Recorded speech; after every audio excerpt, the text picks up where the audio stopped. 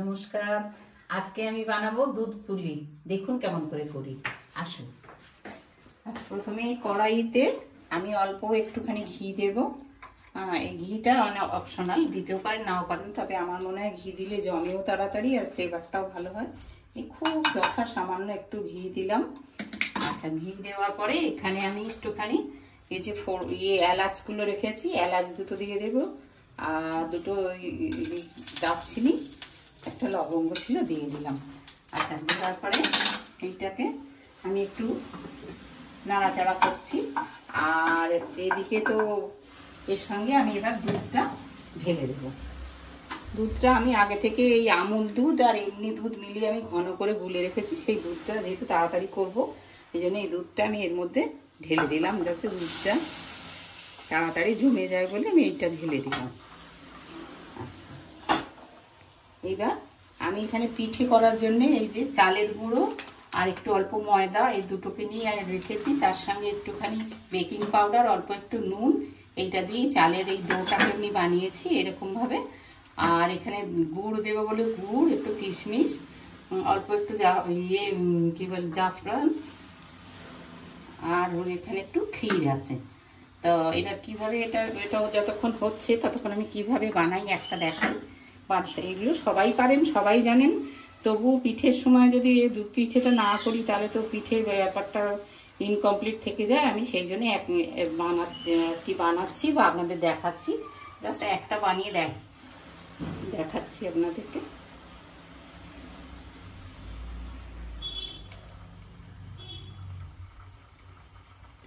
আচ্ছা, এবার হচ্ছে যে বানানোটা বানাচ্ছি সেই বানানোটাই আমি আগে থেকে বানিয়ে রেখেছি টাইম শর্টের জন্য।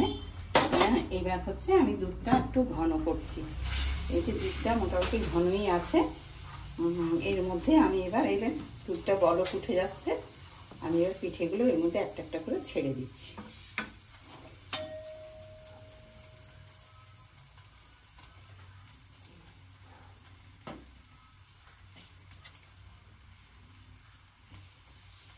শীতকালেতে সমস্ত পিঠে বাদ দিলেও দুধ পিঠে বা দুধ পুলি হবে না, এটা তো হয় না, সবার বাড়িতেই হয়। তো আমিও ভাবলাম আপনাদেরকে যাই করি একটু আপনাদের সঙ্গে শেয়ার করতে ভালো লাগে, তাই আপনাদেরকে একটু দেখিয়ে নেব বলে একটু আর কি ভিডিওটা বানাচ্ছি। আর আপনারা তো দেখছেন, দেখে মনে হচ্ছে ভিডিও দেখে, তবে চাই আরও দেখুন, আরও লাইক শেয়ার সাবস্ক্রাইব সবটাই করুন, তাহলে আমার আরও ভালো লাগবে।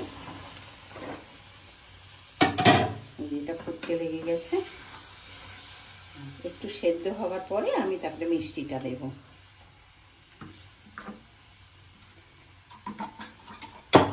আচ্ছা, এইবার হচ্ছে এটা অনেকটাই বেশ ঘন ঘন হয়ে গেছে, কারণ যেহেতু দুধটা আমার আগে ঘন করা ছিল আর তাড়াতাড়ি হবে বলে আমি একটু ক্ষীরও রেখেছিলাম যে দুধটা যাতে ঘন হয়ে যায়।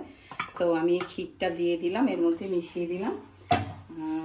এবার হচ্ছে আমার যেটা দেওয়ার বাকি আছে সেটা হচ্ছে একটু গুড় দেব।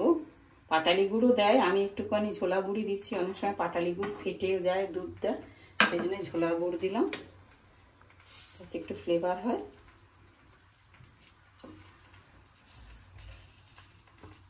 যত এটা ঠান্ডা হবে তত বসে যাবে। আমার এর মধ্যে ছিল একটু কিশমিশগুলো একটু দিয়ে দিলাম।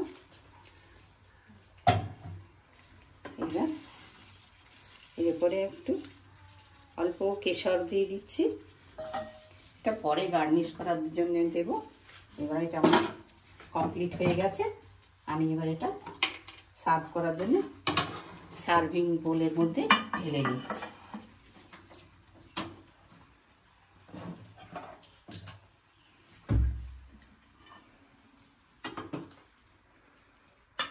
একটু পাতলাই রাখলাম, কারণ একটু পরে যেহেতু ক্ষীর টির দেওয়া আছে এটা অটোমেটিক্যালি বসে যাবে, সেই জন্য আমি একটু পাতলাই রেখেছি।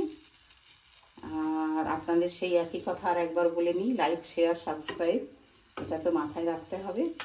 আর আপনারা সবাই ভালো থাকবেন,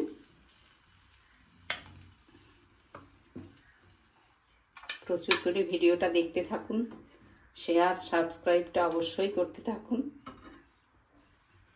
আপনাদের আশাই তো আমার এই ভিডিওটা করা। আচ্ছা, আমার এটা কমপ্লিট হয়ে গেছে।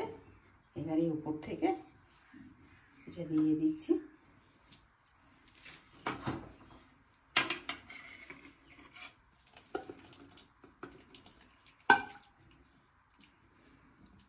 এটা যেহেতু গরম আছে আর এর মধ্যে ক্ষীরটির আছে, এখন যেটা লাগছে এটা পরে একেবারেই বসে যাবে, সেই জন্যে আর কি আপাতত একটুখানি পাতলা মতো লাগছে। আর এই ওপর দিয়ে 2-4 দানা